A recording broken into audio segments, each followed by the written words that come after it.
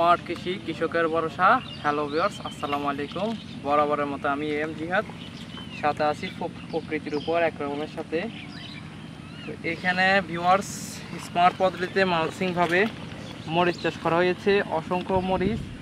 তবে এই গাছগুলোর প্রায় এ পর্যন্ত সপ্তম হারভেস্ট হয়ে গেছে, কিন্তু এই গাছগুলোতে আমরা কিছু মাকড় এবং থ্রিপসের অ্যাটাক দেখতে পাচ্ছি এবং ডগা ছিদ্রকারী কিছু অ্যাটাক দেখতে পাচ্ছি।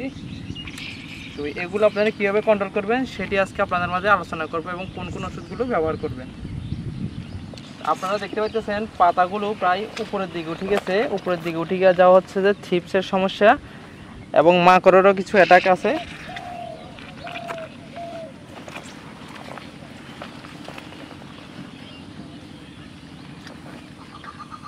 আর এটি হচ্ছে যে অ্যাগ্রোওয়ান সিডের 1+ জাতের মরিচ, খুবই ভালো ফলন হয়েছে। তো আপনারা এই থ্রিপস এবং মাকড়ের যে অ্যাটাক, কুকরির যে সমস্যা, এটা কীভাবে সমাধান করবেন সেটি আপনাদেরকে দেখাতে যাচ্ছি।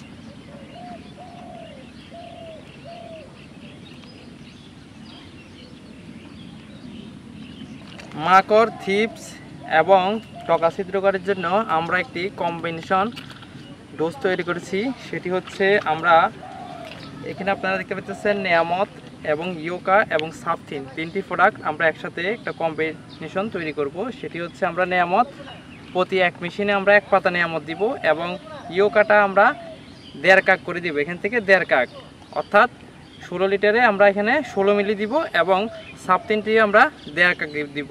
তারপর আমরা 16 লিটার পানিতে ডোজটি কমপ্লিট মিশিয়ে আমরা পুরো গাছ স্প্রে করব এবং ভিজিয়ে দিব।